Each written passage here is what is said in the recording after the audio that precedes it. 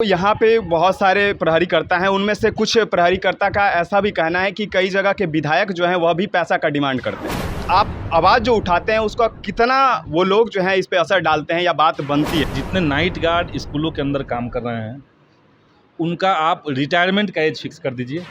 आज हैं कल हटा दिए जाएंगे। अगर यही डर बना रहेगा तो काम में हमारा मन कैसे लगेगा।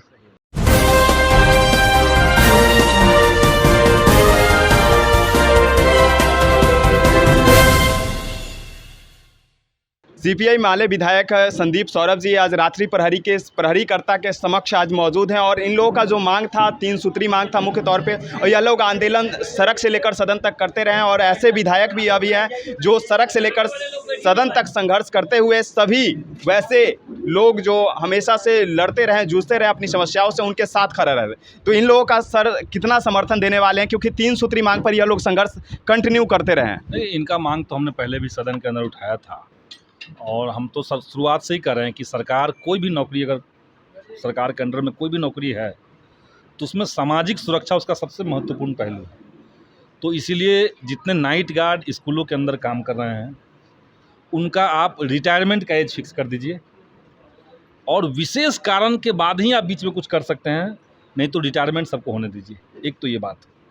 दूसरा है कि देश में हालांकि मोदी सरकार ने उस कानून को हटा दिया, न्यूनतम मजदूरी का कानून, तो कोई भी पेमेंट अगर हो तो न्यूनतम मजदूरी को जोड़ करके उससे ज़्यादा ही हो, उससे कम ना हो। तो ये सरकार तत्काल लागू करे रात्रि प्रहरी। और अभी हमारी पार्टी का और जो सेंट्रल ट्रेड यूनियन जिससे नाइट गार्ड का यूनियन जुड़ा हुआ है AICCTU, तो उनका भी मांग है कि 26,000 सारे मजदूरों के लिए 26,000 पेमेंट फिक्स हो और सबको 10,000 कम से कम पेंशन का इंतज़ाम सरकार करे। और सरकार के पास इतना पैसा है तो ये भी एक मांग है। इसके अलावा जो पेमेंट नाइट गार्ड्स को मिल रहे हैं वो ऐसे नहीं कि 6 महीना पर, साल भर। पालीगंज के कुछ लोग यहाँ पे हैं, साल भर का जद्दोजहद कर करके तब उनका पेमेंट हम दिलवाएं। तो ये हो कि काम मेहनताना हम करें और उससे पहले हमारा महीना ख़त्म हो और हमारे अकाउंट में वो पैसा आ जाए। तो इस तरह का सिस्टम सरकार लागू करे। सर, ये तो आप हमेशा से देखे जाते हैं कि संघर्ष करते रहते हैं, संघर्ष के साथ ही आप भी हैं, लेकिन कहीं ना कहीं महागठबंधन की सरकार बिहार में है और आप भी उस महागठबंधन के हिस्सेदार हैं। तो आप आवाज़ जो उठाते हैं उसका कितना वो लोग जो हैं इस पे असर डालते हैं या बात बनती है, क्योंकि देखा जा रहा है कि इन लोग का पूरे 38 जिला में पेमेंट अभी भी लगभग हर एक जिला में से कुछ ना कुछ ब्लॉक का बाकी ही है।